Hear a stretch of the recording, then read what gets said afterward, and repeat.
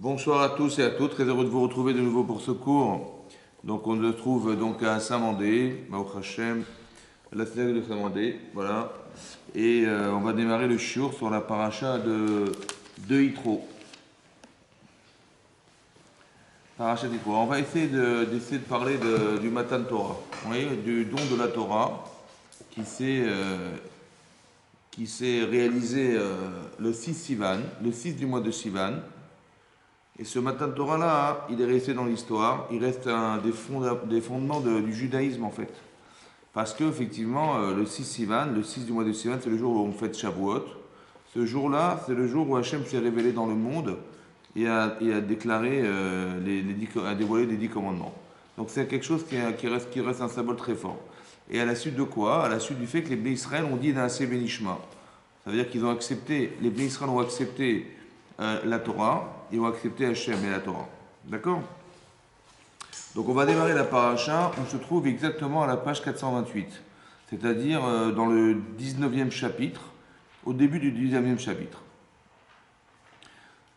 C'est marqué Bachodesh Ashlishi, oui, dans le troisième mois, la Tzet Béni Israël Meretz Misraim, après que les Béni Israël soient sortis d'Égypte. Donc on est dans le troisième mois. Bayom Azé, Baou Bemidbar Sinaï. Ils sont arrivés dans le désert du Sinaï. Vaïsou Merfidim, ils ont voyagé de Refidim, Vayavou Bemidbar Sinaï, ils sont arrivés donc dans le désert du Sinaï. Vayachanou Bamidbar, ils ont campé dans le camp. Vayachanou, c'est un pluriel. Vous voyez, ils ont campé dans le camp. Oui, ils ont campé dans le camp, ça veut dire qu'ils étaient au pluriel. Donc tous les Israël ont campé dans le camp. Vaïchan Israël, Vaïchan Sham Israël Negadar. Vaïchan, c'est un présent. Et c'est surtout. Vaïchan, c'est un présent, mais c'est surtout un singulier. Vaïchanou en hébreu, c'est-à-dire ils ont campé, c'est un pluriel. Vaïchan Sham Israël Negadar. Il a campé Israël Negadar face à la montagne. Et là, on nous dit Vaïchan. Oui, Vaïchan, c'est un singulier. Rachid expliquait Keish Echad Belev Echad. C'est-à-dire qu'on était unis. D'accord? Maintenant, juste avant, dans le Vaïsou Mirfidim, vous avez vu, dans le Pasuk Bet, dans le deuxième chapitre, dans le deuxième verset, c'est marqué Vaïsou Mirfidim, ils ont voyagé depuis l'endroit de Refidim. Lama Utsrach Larzov et les Faresh Mechan Nassou. Demande Rachid, mais pourquoi on a besoin de répéter d'où ils sont partis? Oui? Veukvar Katav, chez Refidim, Ayuchonim. On nous a déjà dit qu'ils avaient déjà campé à Refidim. Pourquoi nous répéter ici? Ouais, on avait simplement besoin de nous dire qu'ils sont arrivés sur le mont Sinaï. Nous, on savait pertinemment qu'ils étaient partis de Refidim.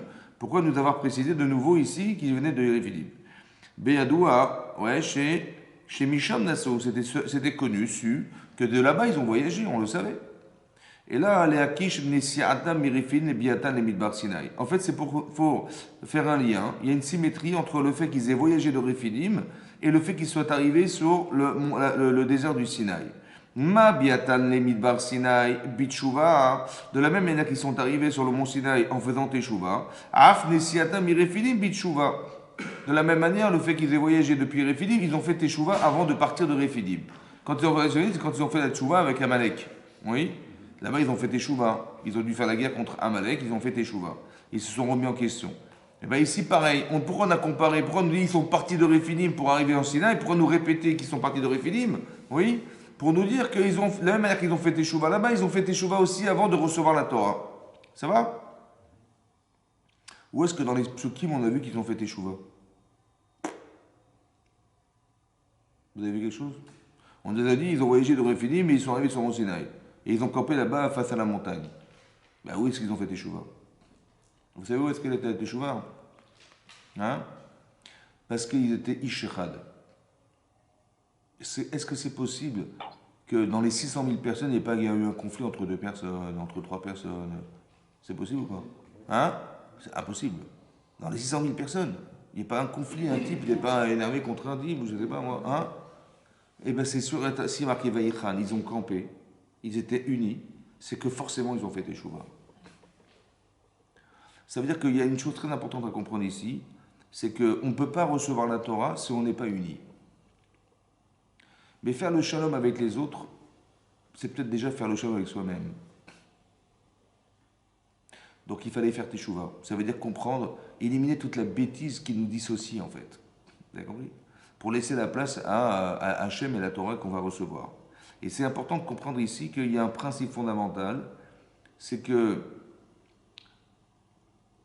indépendamment que la Torah est spirituelle, elle est humaine. Vous voyez, quand on dit dans la prière, on dit Ki em chayenu verechemenu, Ki em chayenu, car c'est dit vrai Torah, les paroles de la Torah sont nos vies. Vous voyez, nos vies, ça ne veut pas dire qu'on vit spirituellement par la Torah, c'est qu'on vit humainement par la Torah. Et donc ça veut dire que quand il y a des conflits quelconques, ouais, vous avez bien compris que même à Kippour, si quelqu'un, imaginez-vous, quelqu'un il a abusé de quelqu'un, il lui a fait honte, ou bien il lui a volé quoi que ce soit, ou il a endommagé des biens personnels, oui. Alors il va dire, excuse-moi Hachem, j'ai volé, j'ai maltraité, j'ai fait ça. Bon. Mais Hachem il ne peut pas pardonner. Vous savez pourquoi? Parce que l'autre ne pardonne pas. Donc lui il veut bien. C'est-à-dire que dans chaque mitzvah ou dans chaque avera, qui concerne Hachem et soi, et les autres, oui. Quand vous mettez les tefilines, ça vous concerne personnellement. Quand vous allumez les nérodes de Shabbat, c'est personnel avec Hachem, d'accord? C'est une relation verticale. Mais lorsqu'il y a une relation horizontale avec les autres, Hachem, il veut bien pardonner, oui, mais il ne peut pas parce que l'autre, il est pas d'accord, il n'a pas reçu ce qu'il devait recevoir, il n'a pas été dédommagé du dommage qu'il a reçu, etc. Donc qu'est-ce qu'il faut faire? Il faut se réconcilier avec les autres, oui, pour pouvoir se réconcilier avec Hachem. C'est-à-dire qu'on voit ici quelque chose de fantastique. Hein. C'est que la teshuva qu'ils ont dû opérer pour arriver à recevoir la Torah, elle était d'abord au départ entre l'un et son prochain, soi et son prochain. Vous avez compris, il y a quelque chose de fondamental ici, de faire le shalom, ouais, de faire la paix entre les êtres qui sont présents déjà pour recevoir la Torah. On dit qu'ils étaient ish echad, belev echad. En français, ça veut dire qu'ils étaient un seul homme, comme un seul homme, oui, et avec un seul cœur. Ça veut dire un seul cœur, ça veut dire qu'ils avaient tous le même désir, on va dire, ouais, commun, un désir commun. Mais un seul homme, ça veut dire qu'il n'y a rien qui distançait les personnes les uns des autres. On était tous unis les uns pour les autres. Vous voyez, il y avait une forme de solidarité, ouais, qui faisait que tes intérêts deviennent les miens. Et pas l'inverse, que mes intérêts vont devoir absolument être les tiens pour que je puisse exister. Ça va? Non, là c'est l'inverse. Et c'est ça qui est marqué ici. Donc ça fait partie de la condition pour recevoir la Torah. Et c'est marqué Moshe Allah Elohim, donc Hachem, Moshe donc est monté vers Hachem. Vaikra Elav Hachem Inahar, les morts, Kotomar, les bêtes Yaakov. Donc Yaakov il monte sur la montagne, hein, il rejoint entre guillemets Hachem qui se trouve sur la montagne. Et là-bas c'est marqué, Hachem lui dit la chose suivante Kotomar, ainsi tu diras les bêtes Yaakov. Les bêtes Yaakov c'est la maison de Jacob. Vetaged, et tu raconteras les bénis Israël aux enfants d'Israël. Vatomar, Vataged. Ça va? Alors qu'est-ce que ça veut dire? Pourquoi? Parce que Beth Yaakov, c'est la maison de Jacob. Et Béni Israël, c'est les enfants d'Israël. C'est les enfants de Yaakov. On a l'impression que c'est redondant. C'est quoi la différence entre Beth Yaakov et Béni Israël? C'est la même chose. Ouais, c'est les enfants d'Israël, c'est pareil. Alors Rachid nous dit, pourquoi c'est marqué Vatomer, Vataged? Vatomer, c'est tu diras, et Vataged, tu raconteras. Rachid expliquait comme ça. Rachid est comme ça. Kotomar. Regardez ce que dit Rachid, on est dans la 4e ligne avant les grandes lignes, dans la colonne de gauche. C'est marqué Kotomar, 5e ligne avant, pardon. Belachon Azé, Kaseder Azé. Balachon Azé, dans ce langage et dans cet ordre. Dans ce langage, il y a un langage de Amira, c'est dire, il y a un langage de Vataged, c'est raconter. Dans ce langage et dans cet ordre, d'abord Vatomer et après Vataged. D'abord Vatomer. Alors ça veut dire quoi? Rachid dit les Beth Yaakov, Elu Hannashim, ce sont les femmes. Quand on dit Beth Yaakov, il s'agit des femmes. D'abord, on s'adresse aux femmes. C'est marqué dans Rachid, donc, Elu Hannashim, Vatomer lahem belashon raka. Vatomer lahem belashon raka. Tu leur diras avec un langage qui est doux. Rach, c'est doux. Vatomer, en hébreu, c'est une amira, c'est souple. Ouais, à la différence d'un dibour, ouais, Vaïdaber Hachem, ouais, Aseret à Dibrot. Ce sont des dibourim. Le dibour, c'est dur. Le dibour, c'est un ordre. Le dibour, c'est un langage quand Yosef il a parlé à ses frères. Ouais, il est marqué, il avait dit Berlem Kachot.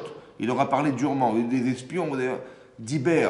En hébreu, ça veut dire raconter, mais ça veut dire, mais ça veut dire il y a une différence entre une amira, qui est un langage qui est souple et qui est doux et qui est agréable, d'un dibour qui est ordonné, qui est d'ordre, qui est de discipline, qui est de dureté. C'est ça. Voilà. Et là, c'est marqué Vatomer. Donc tu vas dire aux femmes, tu raconteras de façon agréable aux femmes.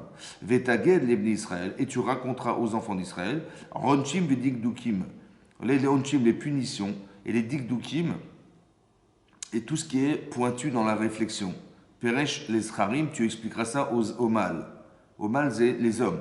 Dvarim akashim kegidim, des choses dures comme des tendons. Vataged, vous avez vu, vataged, c'est raconté. Mais ça vient du mot gidim, qui veut dire des tendons. C'est dur un tendon. Oui. C'est pour ça qu'on a employé ce mot dans la Torah. Il y a le mot et l'image que représente le mot. C'est les guidim, les tendons. C'est dur. Mais il faut faire dans cet ordre-là. Oui. Maintenant, est-ce que les femmes étaient censées recevoir la Torah? C'est les femmes qui vont étudier la Torah ou c'est les hommes qui vont étudier la Torah? C'est les hommes. Bon, pourquoi on s'adresse aux femmes? Oui. Ici, on s'adresse aux femmes d'abord aux femmes. Et on a dit, tu vas dire dans ce langage. Et tu vas dire dans cet ordre. Ça veut dire que dans ce langage, il faut que ce soit souple et agréable. Dans l'ordre et dans le langage.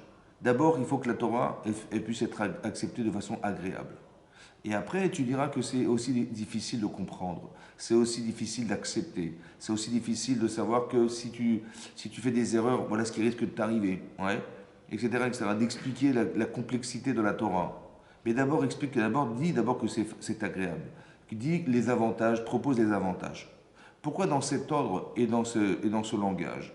Oui, parce qu'on va faire l'inverse. On va dire aux gens, vous savez, la Torah c'est très très difficile, et Hachem quand il punit, wow, c'est dur, etc. Mais bon, bah, si vous arrivez à passer l'étape, super, vous allez voir comment c'est... Non, ça passe pas. D'accord? Ça veut dire qu'il faut être logique. Oui, logique, il faut être humain. Il faut savoir d'abord que si c'est agréable, il faut qu'on ait envie. Et il faut que ça soit plaisant. Ça va? Il y a une Torah qui est une Torah de rigueur, c'est une Torah qui s'applique après qu'on ait pris du plaisir. Oui? Si on a expliqué des mathématiques, de la géométrie de façon très complexe sans donner envie, l'enfant il ne va pas vouloir ni des mathématiques, ni des... Par contre, si on lui explique l'intérêt qu'il a d'apprendre les mathématiques, l'intérêt qu'il a d'apprendre la géométrie, c'est très important pour toi dans ta vie, les mathématiques, tu en auras besoin, tu as compris la nécessité, tu as envie de savoir comment on va exercer les mathématiques dans ta vie de tous les jours, et il va trouver du plaisir à ça, il dit, ben voilà, maintenant on va t'expliquer. On va monter en crescendo dans la difficulté, mais quelque part, il sait l'objectif qu'il doit atteindre, autant le plaisir qu'il a de savoir. Mais c'est toujours dans cet ordre-là, c'est comme ça qu'on apprend la Torah. C'est pour ça qu'on a dit d'abord, comme si tu parlais à des femmes, que ce soit agréable et doux. Et après, tu verras que, après, tu pourras accepter ce qui est difficile dans l'appréhension de la Torah. Voilà ce qu'a dit Hachem à Moshe Rabbeinu. Et donc, c'est marqué, Moshe Allah, donc il est marqué, Vatagel Misraël. Oui, et donc c'est marqué, Im reitem asher asiti les Mitzraim, vese etrem al kanfe nesharim.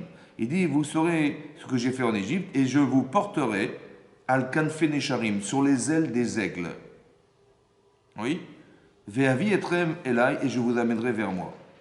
Pourquoi l'image d'un aigle qui vole? Ouais. Et Hachem dit, je vous porterai sur les aigles, sur les ailes d'un aigle. Rachid expliquait pourquoi l'aigle et pourquoi sur les ailes. Il dit parce que les oiseaux en général, quand ils portent leur progéniture, les oiseaux, ils les agrippent dans leurs ailes, dans leurs mains, dans leurs pattes, et ils volent. Pourquoi ils les agrippent dans leurs pattes et pas sur leurs ailes? Parce qu'ils ont peur des oiseaux qui sont au-dessus d'eux. Donc il dit la seule manière de protéger mes oisillons, c'est de les porter en dessous moi, à la différence de l'aigle. L'aigle, en fait, il vole au-dessus de tous les oiseaux. Il est au-dessus de tout l'aigle. Donc il n'a pas peur des oiseaux qui sont en dessous de lui. Par contre, il a peur des chasseurs qui ont des flèches. Alors il va mettre ses oisillons, ses enfants sur ses ailes pour les protéger. Il dit, de la même manière, c'est ce que je vais faire avec vous. Quand les Égyptiens arriveront, je me mettrai en écran entre vous et les Égyptiens, et je me mettrai en tant que nuée. Et lorsqu'ils tireront des flèches devant vous dans le désert, vous avez vu, quand on est arrivé devant la mer Rouge, Hachem, il a inversé la colonne de feu en nuage, en nuée, et il s'est placé entre les deux. Et il tirait des flèches, et en fait, ce qui amortissait les flèches, c'était la nuée. C'est moi qui vais vous protéger, dit Hachem. Ça va? C'est pareil. Comme si je vous porte au-dessus de tout, je suis au-dessus de tout, et c'est moi qui vous mettrai sur mes ailes pour vous protéger des flèches des hommes. Oui? Et Rachid dit, comment Rachid explique là? Rachid dit, c'est ça la comparaison. Ouais. Voilà. Et donc, Veata, il est marqué comme ça. Veata, et je continue le tercer. Veata, maintenant. Im shamoa tishmeu bekoli. Si écoutez, vous écoutez ma voix. Donc c'est redondant. Vous avez vu? Shamoa tishmeu bekoli. Écoutez, vous écoutez ma voix. Shamoa en hébreu, ça veut dire quoi? Shema. ça veut dire soit entendre, écouter, pardon, soit ça veut dire accepter, ça veut dire aussi comprendre. Bekoli, vous voyez, dans ma voix. Ou shmartem et biriti, et vous garderez mon alliance. Veitem ni segula, vous serez pour moi un trésor. Mikol amim, plus que tous les autres peuples. Kili kol haaretz, parce que la terre m'appartient. Et Rachid expliquait qu'en fait, il y avait toutes les autres nations dans le monde, vous voyez, mais c'est vous que j'ai choisi, c'est vous mon trésor. Oui, parmi tous les peuples. C'est pas que Rachid dit, mais tu aurais pu croire qu'il n'y a que le peuple juif sur la terre, et donc Hachem, il n'a pas d'autre choix que de nous choisir nous. Il dit non, il y avait toutes les nations. Kili kolares, la terre m'appartient complètement. Mais c'est vous que j'ai choisi. C'est vous mon trésor. Oui, vous êtes Ségoula. Oui, mon peuple de Ségoula.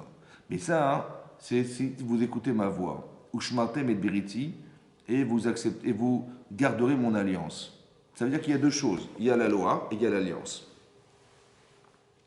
L'alliance, c'est ce qu'Hachem a contracté avec nous. Oui.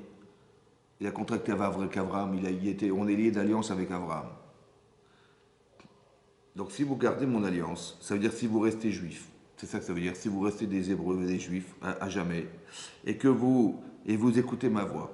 Alors c'est quoi d'écouter le col? Vous avez vu le col, c'est marqué le col, la voix. Oui. Au début de la paracha de Yitro, au début de la paracha de Yitro, c'est marqué là-bas hein, que Moshe Rabbeinu, il était assis sur son trône. Il était roi, Moshe Rabbeinu. Et les gens venaient consulter Moshe Rabbeinu, mais ils étaient debout du matin au soir. Mina Erev Adaboker.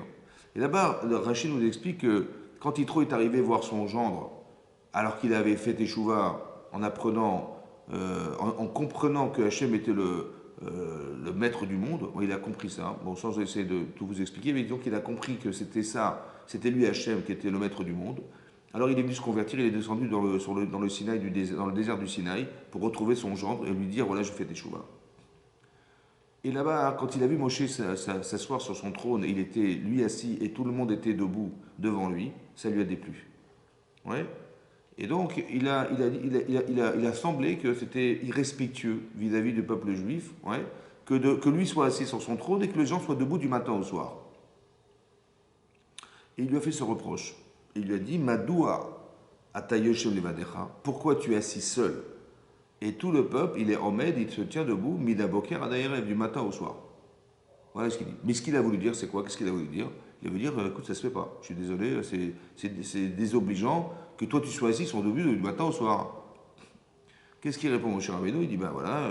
Il dit ben, les gens viennent me voir, ils me consultent, ils ont des soucis entre eux, et je les juge, je les aide, en leur apprenant, et je profite de ça pour leur apprendre les choukim et les mishpatim, les lois irrationnelles et les lois rationnelles. D'accord? Je leur apprends à vivre, je leur apprends des lois de la Torah. En fait, quand il lui a demandé mais pourquoi tu es seul à t'asseoir et ils sont debout, il dit bah, il répond bah oui, je leur apprends les lois de la Torah. C'est ça qu'il a demandé, Yitro. C'est ça qu'il lui a posé comme question. Il lui répond mais j'enseigne la Torah. Mais lui il n'a pas dit c'est pas ce qu'il lui a demandé. Il a demandé pourquoi tu es assis seul. C'est honteux ce que tu fais d'être seul, assis seul et ils sont debout du matin au soir. C'est désobligeant. Ouais. C'est irrespectueux, c'est ça qu'il lui a dit. Et il lui répond bah, j'enseigne la Torah. On a l'impression que Moji il n'a pas saisi ce que voulait lui dire son beau-père. Après, il lui dit, et sur ce, il lui dit, Lotov, c'est pas bien ce que tu fais. C'est-à-dire que, en lui disant, pourquoi tu t'assois, c'est irrespectueux. Donc je comprends pourquoi il est dit, c'est pas bien ce que tu fais. Mais Moshe qui a dû comprendre, mais qu'est-ce que tu fais dans la vie? C'est quoi ton métier? Pourquoi tu es assis tout seul? Il a dit, ben, je réponds aux questions des gens. Comme si qu'il avait compris, mais qu'est-ce que tu fais dans la vie, quoi? Je dis, ben voilà, j'enseigne la Torah, je réponds aux questions des gens, je solutionne des problèmes, des conflits entre personnes. Voilà ce que je fais. Donc quand il avait compris, Moshe, que c'était ça qu'il lui avait demandé son beau-père, il lui dit, mais c'est pas bien ce que tu fais. Alors qu'il lui dit, mais j'enseigne la Torah. Il dit, c'est pas bien ce que tu fais. Dialogue du sourd, ça va? Après, qu'est-ce qui se passe? Il dit, mais tu sais quoi? Yitro lui dit, tu sais quoi? Navol tivol. Tu vas te flétrir, tu vas t'user la santé comme ça. Toi et le peuple. Toi, parce que tu prends trop à charge. Et le peuple, ouais, parce qu'ils vont être fatigués d'attendre. Ouais, le type, il a une question, il va attendre 10 heures pour avoir sa réponse. À la fin, il n'y a plus de question. D'accord, oui. Donc tu vas user le peuple, tu vas fatiguer le peuple. Et toi, tu vas te fatiguer. Alors écoute ma voix, il dit Shema Bekoli. Écoute ma voix. Il n'a pas dit écoute ce que je te dis. Écoute ma voix. La voix. Ouais. écoute ma voix. Il dit, je vais donner un conseil. Tu sais ce qu'on va faire? On va déléguer. Tu vas déléguer. Tu vas choisir parmi le peuple des gens qui sont intelligents, des gens qui ont irachamé, des gens sur qui on peut avoir confiance, des gens qui sont riches et qui ne vont pas être subordonnés à des gens qui le sont, alors qu'ils ne le sont pas forcément, vous avez compris, qui vont pouvoir juger objectivement, etc. Voilà, choisis des gens. On va prendre des sarés à la fim, donc des gens qui vont être prédisposés parmi les. Il y avait 600 000 hommes. 600 000 hommes, on va diviser par 1000, on va diviser ces gens par 1000, on va les diviser par 100, on va les diviser par 50 et par 10.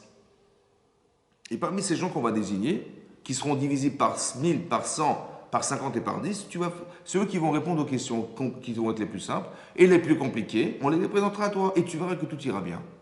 Et tu verras que Hachem sera d'accord avec moi. Donc si on calcule bien, Rachid expliquait, il dit calcul, c'est pas chou quoi. Il y avait 600 000 hommes. Donc si je divise 600 000 par 10, ça fait 60 000. Si je divise 600 000 par 12, par 12, ça fait 12 000. Par 50, ça fait 12 000, pardon. Si je divise par 100, ça fait 6 000. Et si je divise par 1000, ça fait 600. Ça veut dire qu'il fallait remplacer Moshe Rabbeinu par 78 600 personnes. Ben, le truc, hein, 78 600 personnes qui devaient remplacer. Il dit qu'est-ce qu'on a gagné? Ben, on a gagné, c'est simple.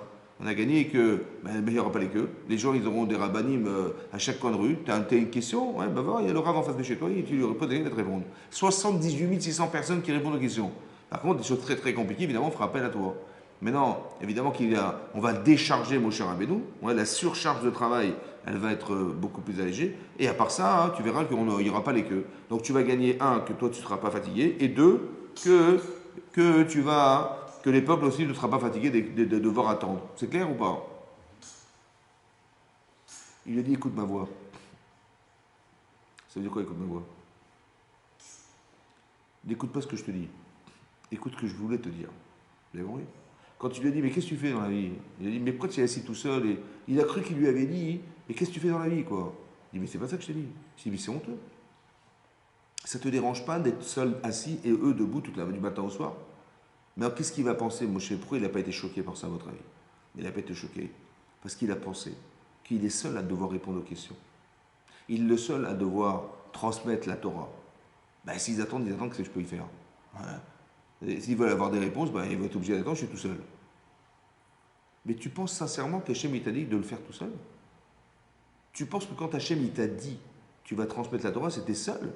C'est ce que tu as compris? Peut-être tu n'as pas compris le col, c'est-à-dire ce qu'il a voulu dire Hachem. Il m'a dit d'enseigner. Ben, il a dit, donc ça veut dire tout seul. Tu es sûr qu'il a voulu dire ça? C'est pas possible. Parce que si c'était vrai, mais tu vas t'user la santé. Comment tu vas pouvoir supporter tout seul à faire cette tâche aussi pesante que de tu comprends? C'est pas logique. Et les gens, ils vont attendre. C'est logique. Tu penses que c'est ça qu'il t'a dit Hachem? En vérité, c'est pas ça qu'il t'a dit Hachem. Écoute ma voix. Ça veut dire écoute ce qu'il a voulu te dire Hachem. Il a dit délègue. Délègue. Ça veut dire trouve des gens qui vont pouvoir t'aider et t'accompagner dans ton travail. Vous voyez, parce que tout seul, tu n'y arriveras pas. Donc quand il a dit l'otov, ça n'est pas bien ce que tu fais. Ça veut dire quoi l'otov? Ça n'est pas bien. Ça veut dire que tu croyais que c'était Yetzeratov qui te disait de t'occuper tout seul. En fait, c'était Yetzerara qui t'a occupé tout seul. Vous savez? L'otov, ça veut dire qu'il a dit, tu as cru que ce que tu avais pensé au départ, c'était une mitzvah, oui, de faire tout seul. Hein, c'est pas possible, parce que c'est honteux, les gens sont debout du matin au soir, c'est pas possible qu'il y ait une mitzvah qui va engendrer un dénigrement aussi important du peuple juif. C'est irrespectueux. C'est pas être une mitzvah, ça. Ça va? L'otov, tu t'es trompé.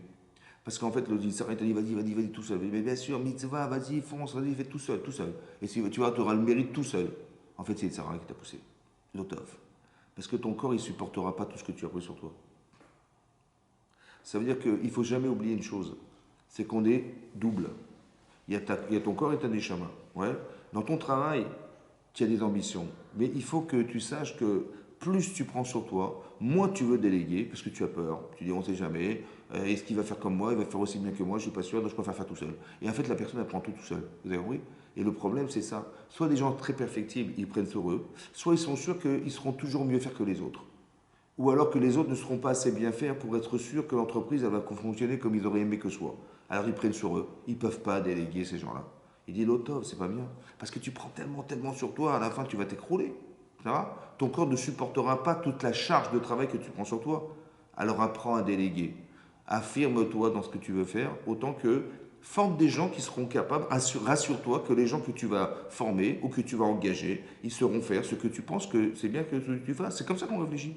Ouais, délègue, ne sois pas capable de croire que non, je suis seul et j'ai peur et voilà, c'est ce qu'il a dit. L'otov, c'est pas bien. Oui. C'est-à-dire qu'il y a les deux, en fait, il y a les deux. Pourquoi il y a les deux? Parce que Hachem, il juge les deux. Vous savez, il est marqué dans la Gemara dans Sanhedrin, oui, que Hachem, quand il juge une personne à la fin de sa vie, il juge le corps et il juge la Neshama. Comme ça dit la Gemara. Ouais, on juge les deux. Et l'un et l'autre vont prétexter en disant, le corps va dire, mais attendez, je suis désolé, si j'ai fait des erreurs, c'est pas de ma faute. Hein. Et pourquoi? Il m'a dit, parce que vous avez bien compris que sans ma Neshama, je peux rien faire. Vous avez vu, quand je suis décédé, ben, j'étais un être inerte par terre, je ne bougeais pas. Donc si je peux me bouger, ben, c'est grâce à la Neshama. Donc allez la voir elle, hein, dites-lui que c'est de sa faute. Ouais. Maintenant la Neshama, il dit, attendez, je suis désolé, moi je veux bien, mais sans mon corps, je ne peux rien faire. Ça va? Et donc c'est vrai que j'ai l'énergie, c'est vrai, mais c'est lui qui fait, c'est pas moi qui fait. Ça va? Et donc ça veut dire que chacun se renvoie la balle. La Neshama dit à Hachem, écoute, je suis désolé, c'est le corps qui agit, c'est pas moi. Et la Neshama, et le corps dit à sa Neshama, mais moi sans l'esprit de ma Neshama, autant que l'énergie qu'elle me procure, je peux rien faire. Je peux pas bouger. Et chacun se renvoie la balle. Voilà ce qui est marqué dans la Gemara. Alors comment il juge Hachem? Il juge les deux. Alors ce qui est déjà impressionnant et étonnant, c'est qu'Hachem il juge le corps. C'est-à-dire qu'il y a quelque chose dans le corps qui est responsable, vous avez compris? Qui est responsable du choix, puisqu'on le juge. C'est-à-dire que les pulsions physiques, elles viennent de quelque chose qui peut se contrôler, qui ne se contrôle pas, qui se contrôle. Ça va? L'Agma, elle dit quoi? Elle dit un machal. Pour expliquer ce principe, elle dit comme ça. Il dit, il y avait un roi, il avait un verger avec des arbres fruitiers à l'intérieur. Mais il voulait protéger son verger. Donc il a engagé des chomrim, c'est-à-dire des gardiens. Ça va? Mais il a eu même peur que les gardiens soient des voleurs. Alors vous savez ce qu'il a fait? Il a pris un aveugle, il a pris un handicapé. Ouais. Il a pris deux personnes. Un aveugle et un handicapé. Que si quelqu'un rentre, bah, le voyant, il va dire à l'aveugle, écoute, bouge-toi, ils sont là, préviens le roi. Ça va? Téléphone au roi. Maintenant, qu'est-ce qui s'est passé? Bon, le roi était sûr qu'il n'y aurait pas de voleur, il n'y aurait plus rien. Et donc, il était rassuré. Qu'est-ce qui s'est passé? Un jour, le roi arrive, son verger était vide, et plus de fruits, et plus rien. Il dit, mais comment c'est, qui c'est qui a volé tous ces fruits? C'est pas possible. Et donc, alors l'aveugle dit, écoutez, je suis désolé, c'est pas moi je vois rien, donc c'est pas possible. L'autre dit, mais écoutez, je peux même pas me mouvoir, je peux pas bouger, je suis en marche trop lente, comment vous voulez que je vole quoi que ce soit? Oui. En fait, qu'est-ce qui s'est passé? En fait, l'aveugle, il a dit à l'handicapé, il dit, écoute, moi, je vois pas, mais je marche. Toi, hein, tu vois, mais tu marches pas. Écoute, monte sur mes épaules. Ouais. Monte sur mes épaules et tu vas me guider, parce que moi, je peux me déplacer. Et là où il y aura des fruits, tu les attraperas. Ouais. En fait, c'est ce qui se passe. En fait, le corps est aveugle. C'est quoi le nimshal? Qu'est-ce qu'on tire de là? Le corps est aveugle. Il voit rien. Mais la neshama, elle voit. Mais par contre, la neshama, elle ne peut pas se bouger. Elle compte sur son corps. Mais le corps est aveugle. C'est-à-dire que quand une personne, elle a très très envie, ouais, elle peut aveugler, entre guillemets, sa neshama. Vous comprenez ce que je veux dire? Et donc, c'est quelque part de sa faute, parce que c'est elle qui se mouvoie, quelque part. Vous avez compris? Donc, c'est-à-dire qu'il y a un désir corporel. Et là, on peut comprendre que peut-être Moshe Rabbeinu, quand il a pensé au départ qu'il fallait absolument faire, en fait, il a l'impression qu'il n'a pas de corps. Il aime tellement une neshama tellement énorme qu'il écoute que sa neshama. Mais il a juste oublié qu'il a un corps. Vous voyez, comme des fois, dans le monde du travail, on est tellement absorbé par son travail, ouais, on peut travailler 15-20 heures par jour, il y a des gens qui travaillent comme des malades, mais ils disent, mais c'est mon objectif, c'est mon kiff, c'est mon plaisir, c'est ce que je dois faire dans la vie. En fait, on oublie une chose, c'est qu'on a un corps. Vous avez compris? Et c'est ça le problème, on a un corps. Et on ne se rend pas compte en fait de son physique, et on ne se rend pas compte que peut-être que le corps ne va pas forcément suivre, ouais, sous prétexte qu'on veut obtenir un objectif qui soit financier, qui soit un objectif spirituel, qui soit n'importe quoi, vous avez compris, ça peut être dans ce sens-là. Ouais, et ça qui est ici, il dit, navol tivol, usé tu vas t'enlever. Mais il a dit, écoute ma voix, ça veut dire écoute la logique qui est cachée derrière les mots. Écoute la logique qui est cachée derrière les mots. N'écoute pas ce que je te dis. Écoute, essaie de comprendre ce que j'ai voulu te dire à travers ces mots-là. Quand je te dis, mais pourquoi tu t'es assis et tout ça, je n'ai pas demandé ce que tu fais dans la vie. Je t'ai demandé, mais comment ça se fait que tu n'as pas eu honte? C'est ça que j'ai demandé. Et tu t'es même pas rendu compte à cause de ça, ouais, que ton objectif était tellement fort et tellement puissant chez toi que tu voulais absolument enseigner la Torah tout seul, que tu t'es même pas rendu compte que ça peut être désobligeant pour les gens qui attendent. Ça va, vous avez compris ça? Voilà. C'est ça qui est marqué là. En tout cas, le col, c'est ça qui est important. Il a dit Hachem, écoute ma voix. C'est-à-dire que quand j'étudie la Torah, je ne vais pas m'arrêter sur les mots. Je vais essayer de comprendre. Je vais essayer de comprendre à quoi ça vient répondre. Qu'est-ce que ça veut dire? Qu'est-ce que ça sous-entend? Vous avez compris? Il y a le sens littéral. Mais qu'est-ce qui est caché derrière? C'est ça le col. Écoute ma voix. Le col de la Torah. Oui, en fait, il n'y a pas de limite en fait dans le col. Vous avez compris? Il n'y a pas de limite. Dans les mots, il y a une limite dans les mots. Dans l'écriture des mots, il y a une limite. Mais il n'y a pas de limite dans le son, dans la voix, dans ce qui se cache derrière. Derrière. Un petit peu comme... Pourquoi je vous dis ça? Parce que Hachem, il va parler ici. Oui, il va dire les 10 commandements. Aseret Adibrot. En hébreu, Aseret Adibrot. Aseret Adibrot, c'est les 10 paroles. Oui, des diburim, des paroles. Mais les Israël, ils ne vont pas voir des mots. Ils vont voir des sons. Vaïro est à Kolot. Ils ont vu des sons. Et Rachid expliquait, ils ont vu ce qui s'entend. C'est très subtil. Ils ont vu ce qui s'entend, ce qui est impossible. Non, tu vois, ce qui s'entend ne se voit pas. Ce sont des ondes. Ils ont réussi à voir ce qui devrait s'entendre. D'accord? Et je crois que c'est la chose la plus compliquée dans le monde, c'est de voir ce qui s'entend. C'est-à-dire de donner un sens à ce qui n'est pas dit. Vous comprenez? Parce que je t'ai dit des mots. Mais qu'est-ce que je t'ai dit? Ce que je t'ai pas dit, c'est ce que je pense en fait. Mais tu ne sais pas ce que je pense. Il faut que tu arrives à découvrir ce que j'ai voulu te dire, Hachem. Il te dit, il faut que tu découvres, il faut que tu veuilles découvrir ce que j'ai voulu te dire. Alors c'est plus facile en vérité aujourd'hui. Pourquoi c'est plus facile? Parce que la Gemara elle explique dans Nida qu'un enfant, de façon embryonnaire, on lui apprend toute la Torah. Qu'une femme, quand elle est enceinte, elle ne sait peut-être pas forcément, mais son bébé, il apprend toute la Torah. Ça va? Et après, c'est marqué, et c'est aussi marqué, qu'un enfant dans le ventre de sa mère, il est roé, misof haolam ve'at sofo. Il voit depuis la création du monde jusqu'à la fin des temps. Il a un air d'Alouk al-Rocho. Il a une lumière qui éclaire son front, on va dire. Il a un ange qui lui apprend toute la Torah Kula, et il se nourrit par sa mère. Il respire par sa mère. Ouais, il vit par sa mère. Voilà. En fait, il est comme qui cet enfant? Il est exactement comme Adam Arishon avant la faute. Le même langage, on le retrouve dans l'Agma, dans Sanhedrin, là-bas au début, où on dit qu'Adam Arishon, le premier homme de la création du monde, il était capable de voir début de la création jusqu'à la fin des temps.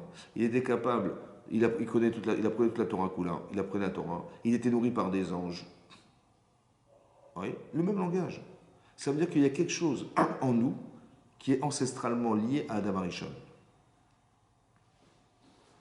Mais pourquoi je vous dis ça? Parce que le don de la Torah, ça va être la solution de ce qui a forcément été un jour une erreur collective concentrée dans un seul homme. Est-ce que vous comprenez le français? Ça veut dire que toute l'humanité entière, elle était concentrée dans un seul homme. Maintenant, le choix de cet homme, c'est le choix de l'humanité. Non? Et on faisait partie de l'humanité, nous, ou pas? Donc, si on est là, bah, c'est pour réparer le choix qui était un jour ancestral de Adam Arishon. Vous avez compris ou pas? Maintenant, pour que ça puisse se faire, il fallait que je sache que je fais partie d'Adam Arishon. Alors on m'apprend la Torah et on m'apprend tout ça dans le ventre de ma mère. Mais après, j'ai tout oublié. Il y a marqué un ange, il vient, il est sauter al-panav. Vous savez, la petite marque qu'on a là, c'est l'ange qui est venu mettre son doigt comme ça et tac, et on oublie tout ce qu'on a appris. Maintenant, l'objectif, c'est de retrouver ce qu'on a perdu. Oui, c'est de retrouver, en fait, ou de se rappeler qui on a un jour été de façon embryonnaire. Parce que la vraie personne, c'est qui la vraie personne qu'on essaye d'atteindre? C'est cet enfant, en fait. Vous comprenez? C'est cet enfant, en fait. C'est lui l'enfant parfait. Mais on a oublié d'être cet enfant. Alors on va essayer de retrouver ce qu'on a oublié d'être.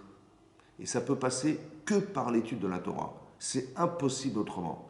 Puisqu'on nous apprend la Torah Kula. On nous apprend la Torah. C'est de retrouver la Torah qu'on a oubliée. Et pourquoi c'était important de retrouver la Torah? C'est pour ça qu'il y a eu Matan Torah. Mais non, il y a eu le don de la Torah, c'est fait de façon extravagante. Ça veut dire que quand vous lisez la paracha, Hachem il s'est révélé avec un shofar gadol. Il y avait un son de shofar qui était très puissant. Il y avait des lapidim, il y avait des tonnerres, il y avait du tonnerre, il y avait des flammes qui descendaient de partout. La terre a tremblé. Ouais, et on a eu très peur. Et c'était pour marquer en fait le temps. Ouais, et Hachem est descendu dans une colonne de nuée, etc., qui est descendu. Et donc on a entendu 10 dibrot, et ça a été trop difficile d'entendre plus que 2 commandements. Et donc, on n'a pas supporté, on a couru presque 12 kilomètres en arrière, parce qu'on ne pouvait pas entendre plus que ça. Ouais, c'était trop difficile d'entendre ce col-là. C'était trop difficile.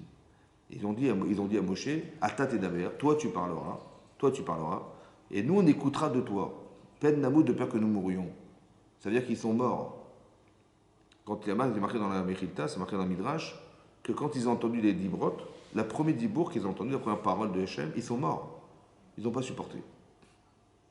Pourquoi ils sont morts? Bizarre. Au contraire, ils devraient être super vivants. Puisqu'ils ont retrouvé l'essence de ce qui les a fait vivre. Non? Là, ils sont morts. Alors peut-être on peut expliquer comme ça, écoutez bien. Il y aura toujours avant et après. Toujours avant l'acceptation de la Torah et après l'acceptation de la Torah. Vous savez, quand quelqu'un veut se convertir au judaïsme, ouais, qui fait partie des nations, ouais, il y a 3 mitzvot. 1, il doit faire la mila, c'est un homme. 2, il doit se tremper au mikvé. Et 3, il doit ce qu'on appelle l'acceptation de la Torah, la Kabbalat HaMitzvot. D'accord? Et là, on dit de cet homme, il est comme un katan shenolad. Il est comme un enfant qui vient de naître. Le fait d'accepter la Torah, le fait de faire la Brit Mila, le fait de se tremper au mikvé, oui, c'est ça qui fait de lui un nouvel homme. Il a une nouvelle neshama. Mais d'où on l'a tiré? On l'a tiré d'ici, de la paracha de Yitro. Parce que c'est marqué dans la paracha d'Yitro, c'est marqué que Hachem a dit au Bnei Israël, préparez-vous 3 jours. Ouais, préparez-vous 3 jours. Et c'est marqué là-bas qu'on devait se séparer de son épouse. Oui, qu'il ne devait pas y avoir de relation avec sa femme, parce qu'une femme, elle pouvait être rendue impure, parce que la semence de son mari pouvait couler d'elle. Et c'est de là qu'on apprend dans la Torah que le spermatozoïde, il vit que 3 jours. Nous, on le sait aujourd'hui parce que scientifiquement c'est prouvé, mais en fait, dans la Torah, c'était déjà marqué. Mais d'où ils ont su Chachamim, quoi? C'était des scientifiques. Quelqu'un dit, bah, Dieu, un homme, il a écrit la Torah. Oui, mais comment c'est possible qu'il ait su, lui, qu'un spermatozoïde vit 3 jours? Il n'avait pas de microscope. Donc c'est la preuve que quoi? Qui c'est qui lui a dit? Ben, c'est Hachem. C'est une preuve que la Torah est émette. Mais il fallait être pur. Et ils ont fait la Brit Mila avant de sortir de Mitzrayim, avant de sortir d'Égypte. Et ils se sont trempés au mikvé ici avant de recevoir la Torah. Ouais. Et là, ils vont accepter les mitzvot. Ils vont être mekabel la Torah, accepter la Torah. Donc ça veut dire que ce que le guerre il va faire, le converti va faire, est-ce qu'on connaît les lois? En fait, c'est ce qu'ils ont fait les d'Israël au moment du Matan Torah. Mais donc il va avoir une nouvelle naissance. Comme cet homme qui était non-juif, il devient juif. Il a une neshama israélite qui va venir en lui, qu'il n'avait pas au départ. Mais le fait d'accepter la Torah, d'avoir fait la Brit Mila, de s'être trempé mikvé, ça lui donne le droit de devenir juif. Mais c'est marqué maintenant que Israël Shechata Israëlou. Vous savez, si quelqu'un il décide aujourd'hui d'être juif, de se convertir à n'importe quelle religion, vous dit ouais, je fais que des fautes dans ma vie, ouais, je suis plus juif, voilà, je fais que des fautes dans ma vie, je ne reconnais plus mon judaïsme, plus rien. Il reste de toute façon Israël. Même s'il a fauté 1 milliard de fois, il reste Israël. Ça ne peut plus ça n'est pas dans ses mains de se libérer de cette nature, de cette acceptation du judaïsme. Oui, parce que c'est en lui, il ne peut pas l'enlever. Ouais, ce qu'on dit, je veux dire, un cheval, il ne peut pas. Il ne peut pas, c'est fini. Il est juif. Ouais. Et donc, cette alliance, en fait, elle nous lie à Hachem. Même si on faute, elle nous lie à lui. Voilà, on est tout le temps lié à la Torah et à Mitzvot. Mais il y a une renaissance. Ça veut dire que peut-être l'idée de dire qu'ils sont morts et ils ont survécu, oui, c'est de dire qu'ils sont acceptés d'être d'autres personnes. Cette personne du passé, elle disparaît. Est-ce que vous comprenez? Quand vous faites teshuva, qu'est-ce que vous faites en fait? Tu dis, je ne veux plus de cette personne. C'est terminé. Je ne veux plus de cette personne, c'est terminé. Je veux plus. Je me trouve pas là-dedans, je me revois pas là-dedans, je me reconnais pas dans ça. C'est ça. En fait, comme si j'ai éliminé la personne du passé et je laissais vivre celle du présent et du futur. C'est ça la mort, peut-être qui est marqué, ils sont morts. En écoutant ils sont morts, ça veut dire quoi? Il fallait qu'il y ait une renaissance. C'est comme une femme, elle se trempe au mikvé. Oui. Bon, elle a sa menstruation, elle est impure, elle ne peut pas aller avec son mari, elle ne peut rien faire. Mais qu'est-ce qu'elle va faire? Elle va s'immerger dans l'eau, mais tout entièrement dans l'eau. Même un cheveu ne peut pas dépasser de l'eau. Il n'y a pas un cheveu qui doit respirer en dehors de l'eau. Mais pourquoi ça? Pourquoi? Parce qu'on n'est pas aquatique. C'est vrai? Donc combien on peut rester sous l'eau? C'est comme si c'était une petite mort, ouais, que la personne elle s'immerge dans l'eau. Et donc quand elle ressort, elle va revivre quelque chose qui fait d'elle une autre femme. Et là, elle va retrouver son mari. Vous avez compris? Comme si que le mikvé, ça permettait de pouvoir distinguer la femme qu'elle ne veut pas être de celle qu'elle veut être. Et ça, il fallait se tremper dans le mikvé, s'immerger dans l'eau complètement. Rien ne doit respirer en dehors de l'eau. C'est pour ça que même si un cheveu qui dépasse, c'est pas cachère, elle n'est pas apte, elle reste nida. Voilà. Ces halachot, elles sont fondamentales. Pourquoi? Parce que ça permet de mieux comprendre en fait ce qui s'est passé sur le mont Sinaï. Mais la manifestation qu'Hachem il a montrée sur le mont Sinaï, elle est exceptionnelle. Personne ne peut renier qu'il s'est passé une chose pareille. Vous avez compris? C'est pas comme quelqu'un il dit voilà, c'est-à-dire c'est que d'un côté vous dites peut-être que tout ça ça a été inventé. Oui, peut-être ça a été inventé. Mais si ça a été un mensonge depuis le départ, il y avait combien de millions de personnes qui ont dû mentir? Vous avez compris? Si la chose est restée et que ça reste un témoignage et que ça reste une mitzvah de se souvenir du Matan Torah, oui, de ne jamais oublier, c'est quelque chose qui fait partie de nous. On n'a même pas besoin de le démontrer, ça ne fait pas tellement partie de nous, oui, que c'est même pas démontrable. Mais ce qui est important, c'est que c'est pas une personne qui vient dire oui, je suis un nouveau prophète, voilà, et je vais vous inventer une nouvelle Bible, ou je sais pas quoi. On va renier la Bible du passé, on va prendre la Bible du présent. Un type il vient, il se manifeste tout seul. Non. Là, il y avait des millions de personnes qui ont assisté à un spectacle incroyable qu'on ne peut pas renier, qu'Hachem a parlé à toute la terre entière, que tout le monde a entendu. Il y avait un silence dans l'univers qui était effroyable, et Hachem a dit Anochi Hachem Elokera. Vous avez compris? C'est-à-dire que c'est important qu'on comprenne qu'il y a eu un Matan Torah, il y a eu un don de la Torah. Mais on dit, c'est marqué aussi que la Torah elle doit être acceptée tous les jours. On fait une bracha Birkat Torah tous les matins. Ça veut dire qu'on doit savoir que ce qui nous fait vivre et ce qui nous fera vivre. De la même manière que quand on a reçu la Torah, ils sont tous morts et ils ont survécu après cette mort. Il faut savoir qu'il va y avoir un changement. Forcément, il va y avoir un changement qui va s'opérer chez moi. Quand j'étudie la Torah, il va forcément s'opérer quelque chose. Comme si on voulait nous faire adhérer, à travers l'étude de la Torah, à quelque chose qui va nous permettre de pouvoir exister pour l'éternité. Vous avez compris?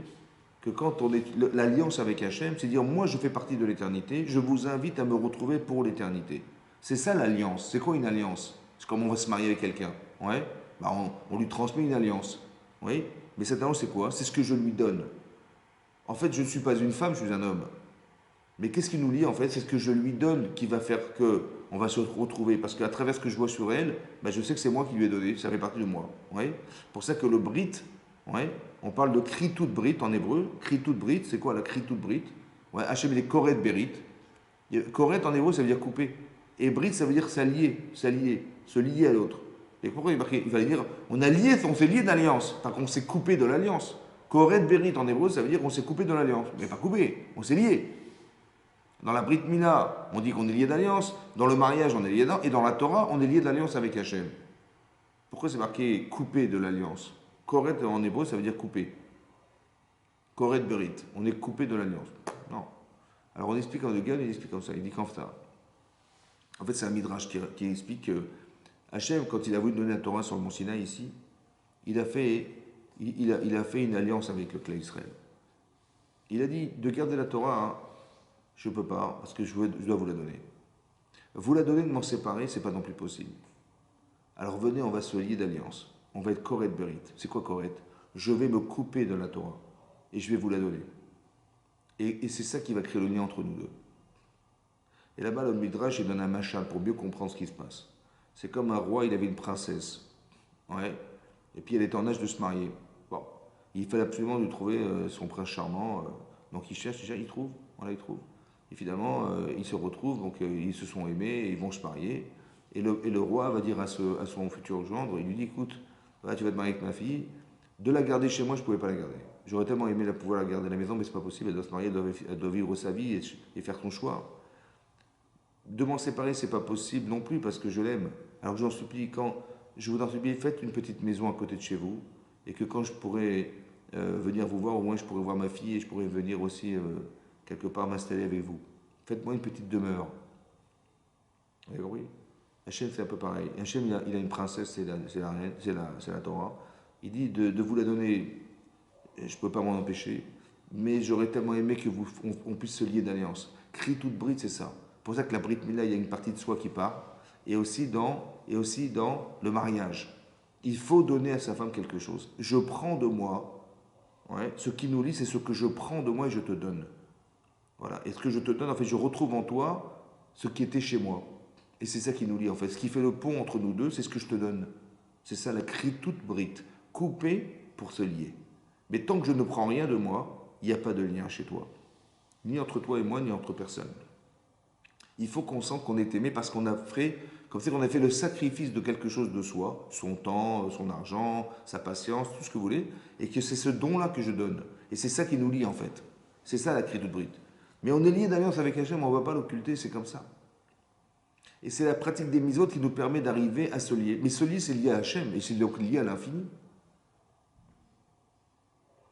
Donc sans l'acceptation de la Torah, on ne peut pas accéder à l'infini, c'est logique. On ne peut pas arriver à là-bas si on n'est pas d'accord d'accepter la Torah. Mais d'accepter, ça veut dire pas d'accepter ce que j'ai envie, c'est d'accepter la Torah. Mais pour l'accepter, c'est compliqué. Parce que d'accepter tout, mais comment je vais faire?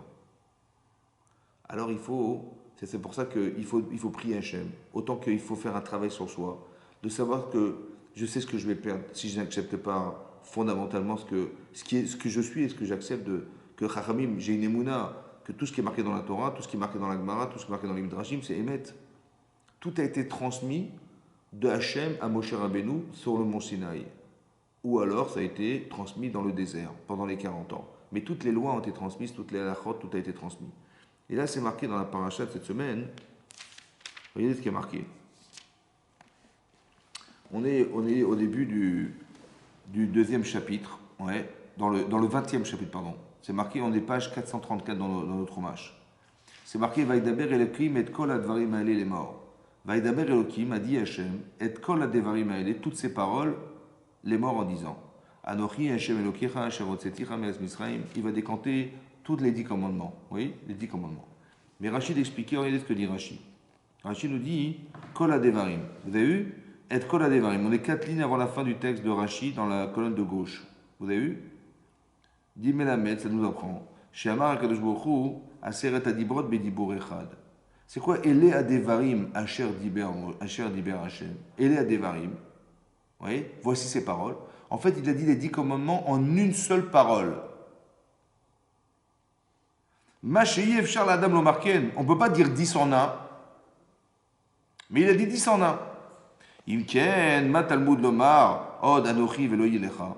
Maintenant, s'il a tout dit déjà, alors à quoi ça sert d'avoir écrit ensuite je suis ton Dieu qui t'ai fait sortir d'Égypte, tu n'auras pas d'autre Dieu que moi, puisqu'il avait déjà tout dit.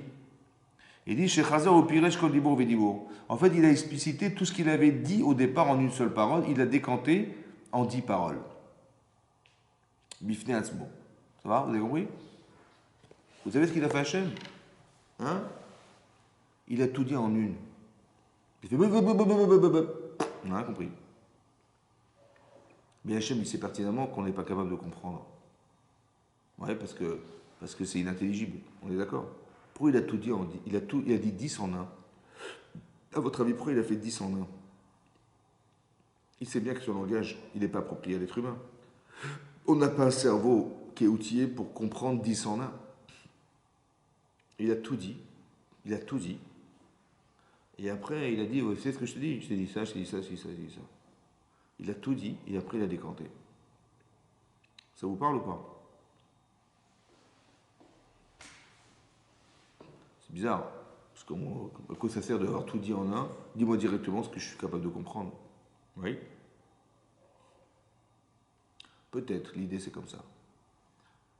Le Brit, l'alliance. Je veux vous faire rentrer dans mon alliance. Ça veut dire quoi?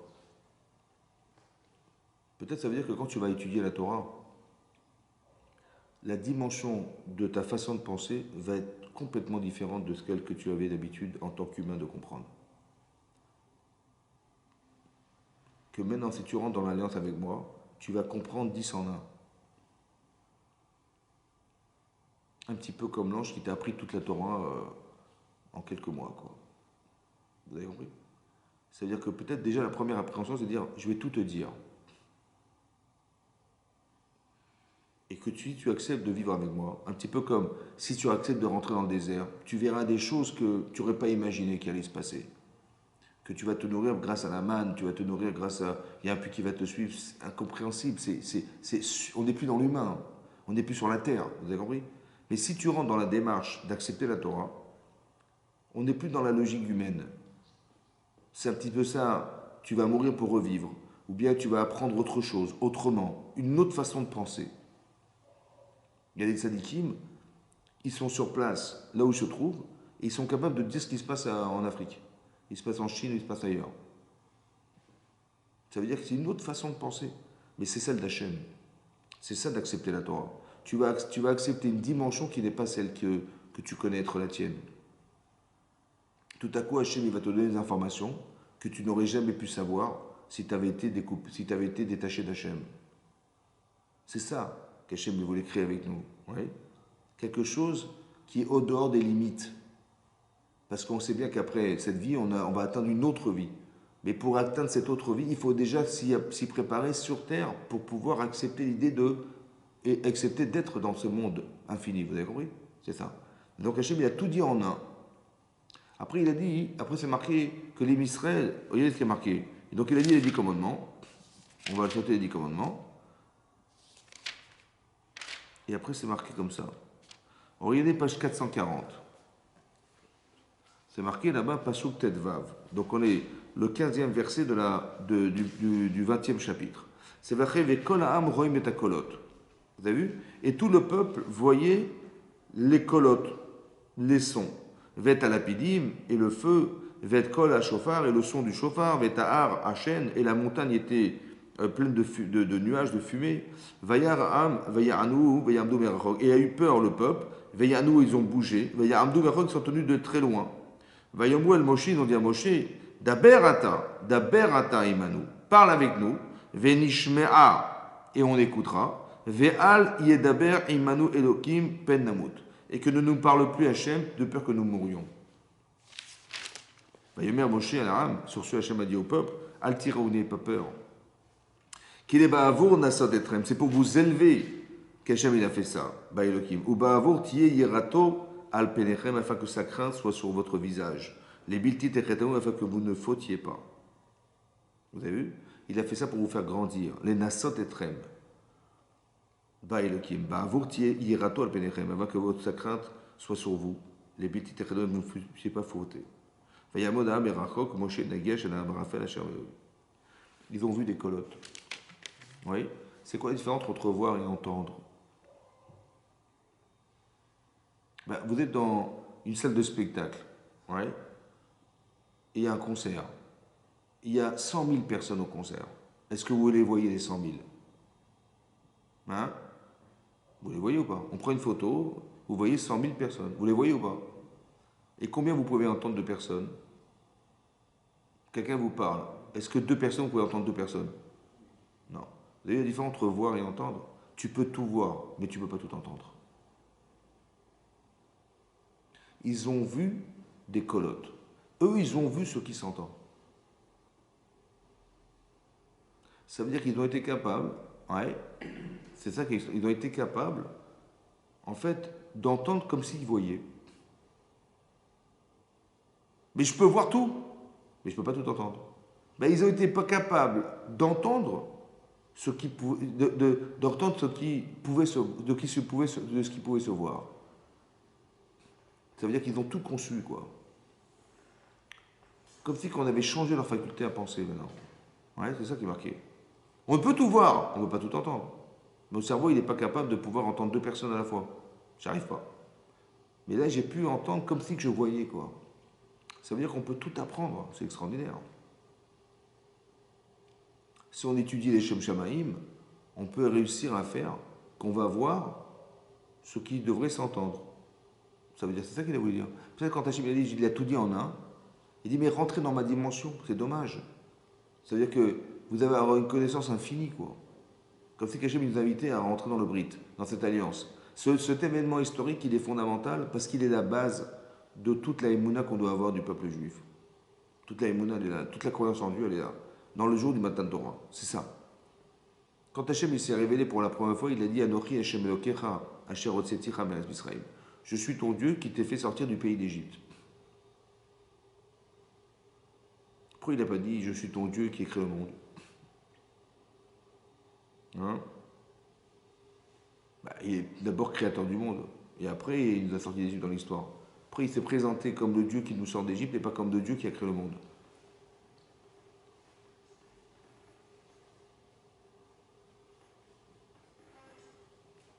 Hein? C'est quoi la différence? S'il avait dit je suis le Dieu de la création du monde, c'est-à-dire je suis le Dieu de tout ce qui existe sur la terre. Mais s'il a dit non, je suis le Dieu qui vous est sorti d'Égypte, il a concentré son identité sur le fait de nous avoir, nous, sortis d'Égypte. Comme si que son histoire à lui devait démarrer à ce moment-là. Avant, ça n'intéressait pas. C'est incroyable. Ça veut dire qu'il a voulu, de façon exclusive, être le Dieu du peuple juif, quoi. Parce qu'il a dit, je suis le Dieu qui vous a fait sortir d'Égypte. Mais non, il ne fallait pas dire ça, il fallait dire que tu es le Dieu de la création du monde. Et là, tu aurais été le Dieu de tout le monde. Et non, je suis le Dieu de ceux qui sont sortis d'Égypte. Il a comme si qu'il avait fait une sélection. Mais alors, ça n'exclut pas le reste, complètement, mais ça veut dire qu'il y a une forme d'exclusivité avec soi, avec nous, quoi. Et qu'Hachem, il attendait de nous spécifiquement quelque chose de spécial. Ouais. Puisqu'on descend d'Abraham sur Jacob, il a dit, voilà, je me suis lié à l'alliance avec vous, et c'est avec vous. C'est ce peuple-là que j'ai voulu sortir d'Égypte, mais pas parce que vous devez du piston, vous avez fait pitié. Non, c'est qu'il y a quelque chose d'ancestral qui a déjà été construit par Abraham. C'est le premier homme qui a découvert Hachem. Et il a été éprouvé par 10 fois. Après, il y a eu son fils Yitzhak, il a eu par un miracle. Et après, il y a eu Yitzhak, après Yaakov, et après, etc. Et après, on est retourné en Égypte, après, on est devenu des esclaves, après, on a passé des pérégrinations incroyables. Et on devait conserver notre émouna, mais tout ça, ça a été fait parce que Abraham, il avait une force incroyable qu'il nous a transmise, autant que Yitzhak, autant que Yaakov, autant que les femmes. Elles ont transmis des valeurs, vous avez compris? Et ça reste en nous, on ne peut pas l'enlever. On a des qualités qui sont exceptionnelles, mais qu'on ne peut plus nous enlever. Ça va? Et bien ça fait ça de nous un peuple choisi. C'est ça qui est marqué là-bas. Et ce peuple choisi, Hachem, il a dit, mais il n'y a qu'à vous que je vais donner la Torah. C'est qu'avec vous que je veux concentrer. C'est pour ça que ce jour, il est fondamental. Oui, parce qu'on doit le comprendre. Oui, en tant que juif, on doit comprendre que le Matan Torah, le don de la Torah, c'était pas simplement... parce que comment voudriez-vous, on va dire comme ça, un, de pratiquer la Avodat Hashem, c'est impossible sans la Torah. Deux, la vérité. Qui c'est qui peut dire qu'il détient la vérité? Vous avez bien vu que la vérité d'hier n'est plus la vérité de demain. Ouais. Que j'ai pensé il y a 10 ans comme ça, mais avec tout ce que j'ai vécu aujourd'hui, je pense autrement. Ça veut dire qu'en fait, la vérité, elle va se déterminer intellectuellement, mais à la limite de ce que je suis, et avec tout ce qui va se mêler et s'entrelacer dans ce que je pense, parce que j'ai des émotions, parce que j'ai mes besoins, parce que j'ai tout ça. Ouais. Dans la subjectivité de tout ça, comment je vais découvrir la vérité? C'est impossible. Vous avez compris ou pas? Alors qu'est-ce qu'il fallait faire? Est-ce qu'on est outillé pour dire la vérité? Ben non. C'est pour ça que j'ai mis de la Torah. Il fallait une référence. On t'a demandé maintenant de l'étudier, de la comprendre et de l'accepter. Parce que c'est celle-là que tu dois vivre. C'est pour ça que j'ai mis de la Torah. Quel intérêt c'est d'avoir de la Torah? Ça ne sert à rien. Vous avez compris? Mais ce qui est intéressant, c'est pas seulement de savoir qu'il faut l'étudier parce qu'il faut la comprendre, etc. Mais c'est que de cette manière qu'on doit pouvoir être. C'est pas une religion, la Torah. Si tu respectes tes parents, t'es pas religieux. Si tu respectes tes voisins, t'es pas religieux. Si tu respectes Dieu, t'es pas religieux. Bah, si tu penses que Dieu a créé le monde et que la Torah a été donnée sur le mont Sinaï, bah, évidemment qu'il y avait quelque chose, il y avait quelque chose, un objectif à atteindre, c'est de se lier avec Hachem. Mais c'est religieux ça. Il t'a pas demandé d'être un religieux. Il t'a demandé, d'être toi-même. Et d'être toi-même, c'est à travers l'étude de la Torah et à travers les mitzvot. Puisqu'on est juif. Qu'est-ce qui nous différencie de c'est ça. Ouais. Donc c'est pas dire, ah oui, tu mets tes filles, donc tu es religieux. Ah ouais, d'accord. Et ça veut rien dire. Je ne suis pas plus religieux qu'un autre. Je respecte simplement ce que je sais. Tu dis, un jour, il y a eu la Révolution française, on a créé les constitutions, et on a créé l'identité française. Donc si tu es français, t'as accepté t'as accepté la Révolution française. Bah oui, bah oui. Si un jour on a été français grâce à ça, bah oui, bah je suis français grâce à ça. Je ne peux pas renier le fait qu'il y a, il y a plus de monarchie, il y a des présidents de la République, bah j'accepte, c'est comme ça. Mais j'étais pas là, moi, au jour de la Révolution, peut-être c'est une invention. Bah, c'est marqué dans le livre d'histoire, j'y crois. Pourquoi ils vont mentir? Ouais. Donc je crois, sincèrement, c'est pas une naïveté, c'est de savoir que ça s'est passé un jour, il y a des preuves écrites. On n'a pas vécu, c'est vrai, là-bas, ouais, mais il y a des preuves écrites qui ont été écrites par des milliers de personnes et qui ont été validées, qui ont été signées. Je crois ce qui est marqué. Parce que si c'était un mensonge, je ne vois pas comment autant de personnes auraient menti, c'est stupide. Donc si de la même manière que tu crois à l'histoire, bah, crois que la Torah un jour elle te dit clairement que ça a été un jour vécu. Et comment des millions ils auraient pu mentir que ça s'est passé comme ça. Il n'y a pas de qui a filtré le truc, qui a dit non, non, mais c'était bidon, c'était. Il n'y a pas. Hachem, il était là pour ça, vous avez compris. Le Matan Torah, c'est fondamental. Celui qui renie le Matan Torah, il est marqué dans le Rambam que celui qui renie la Torah, ouais, c'est même pas sûr qu'il était sur le mont Sinaï. C'est qu'il y a eu des mélanges dans les familles, les machins comme ça. Il va savoir si lui-même il était un jour sur le mont Sinaï. Vous avez compris ce que je veux dire? Parce que de renier la Torah, il dit c'est même pas sûr qu'il était sur le mont Sinaï. C'est-à-dire que c'est effroyable. Il y a des Neshama qui se mêlent, comme il y a eu le Erev Rav. Ouais, le Erev Rav, c'est des gens qui se sont convertis. Ouais, là-bas, c'est marqué dans le Ramban que eux, ils étaient présents, mais ils n'ont pas été concernés par le Matan Torah. Mais ils font partie du clan Israël. Ça veut dire qu'il y a eu des mélanges. Ça veut dire qu'il y a des gens qui sont juifs, mais pas sûrs qu'ils étaient sur le mont Sinaï. Ils ne faisaient pas forcément partie des gens qui ont été concernés par la Torah sur le mont Sinaï. Vous avez compris? Ça veut dire qu'il faut. Et donc, il y a des simanim. Maintenant, il va te dire qu'il y a des signes. Si quelqu'un, il est Rahman, il a pitié. Si quelqu'un, il est Baïchan, il a honte. Et si quelqu'un, il est bon, il a de la bonté, il fait partie du peuple juif. Mais si quelqu'un, il est cruel, ou je sais pas, ou il est indifférent, ou je sais pas, il faut se poser des questions. Peut-être qu'il y a eu des mélanges dans la famille, des ancêtres, tout ça. Parce qu'on a des signes, en fait. C'est extraordinaire. Ça veut dire qu'il y a des choses qui nous font dire que, voilà, c'est pas par hasard qu'on est juif, ouais. Et donc le don de la Torah, ça fait partie des éléments essentiels de notre existence qui font. Et si Hachem a donné la Torah et que j'y crois, ben, je dois rentrer dans la Torah. C'est une évidence.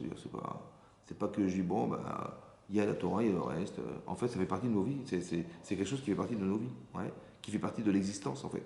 Et donc, il faut d'accepter ça, c'est la chose la plus compliquée. D'accepter d'être cette personne. C'est ça la chose. De le savoir, c'est une chose, mais je peux le mettre de côté et je vis ma vie. Ouais. Mais d'accepter d'être cette personne, c'est ça qui est compliqué.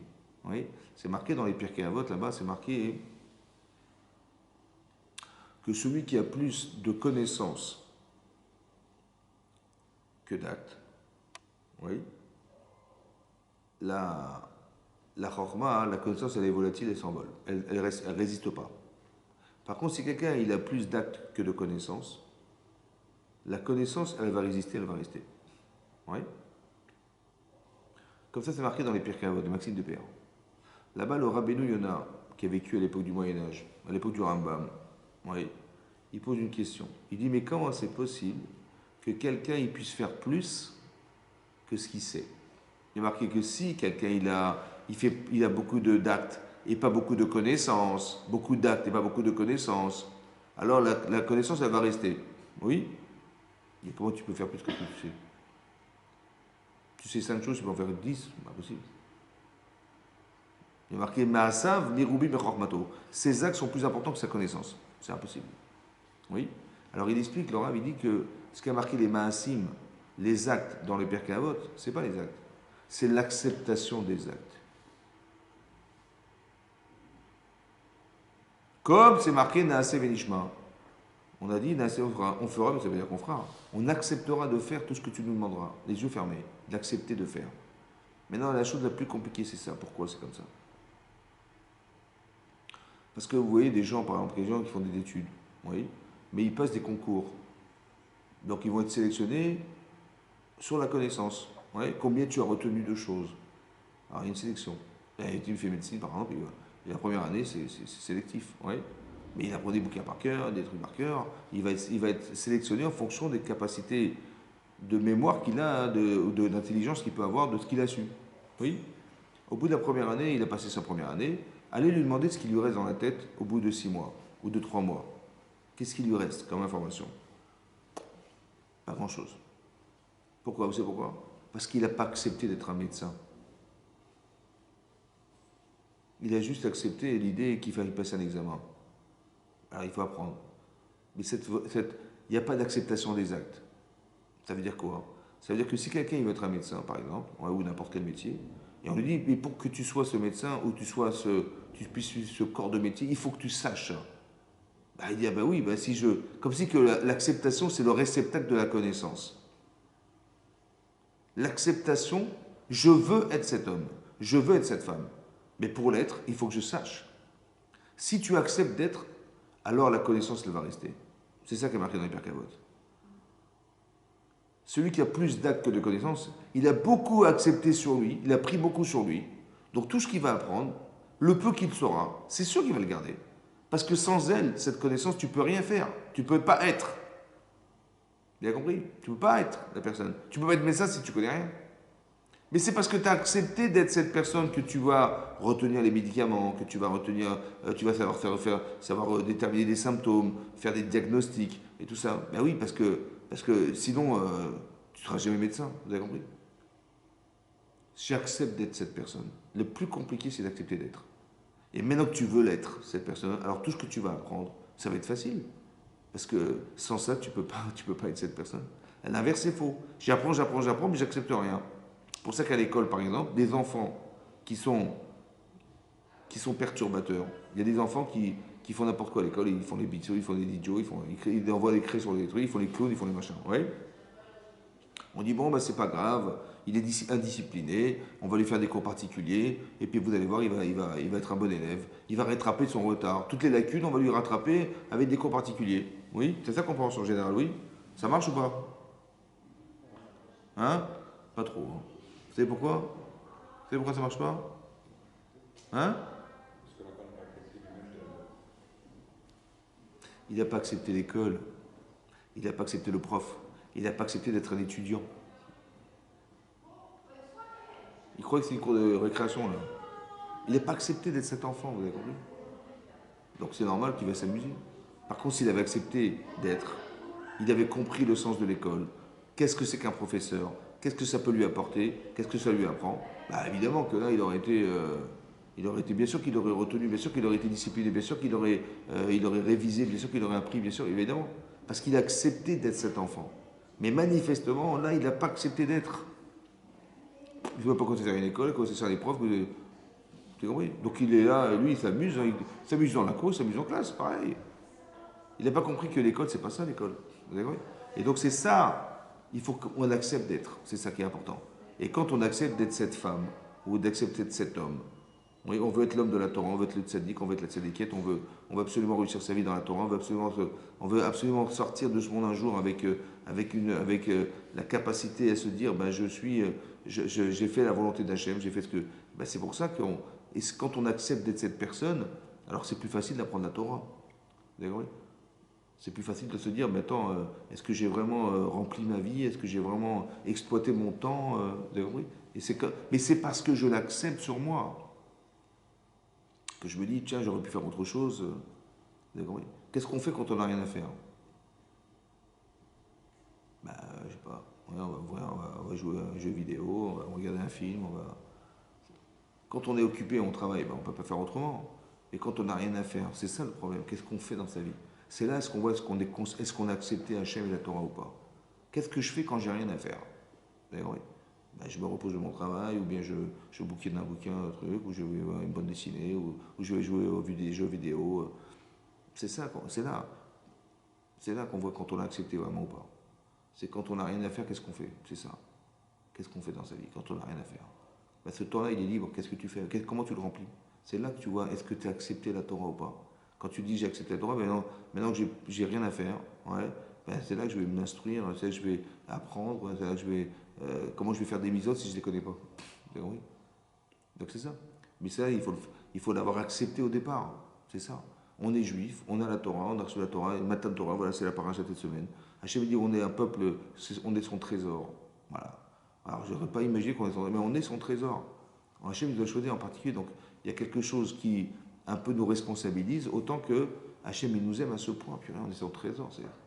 Parmi toutes les nations, il nous a choisi. On ne doit pas négliger ça. Et c'est dommage que si on est au courant de cette information, qu'elle soit négligée. Vous avez compris? Voilà. Et donc c'est ça. Ouais, c'est ça un peu le sens de la paracha. Chazak ou Baruch. Avec plaisir.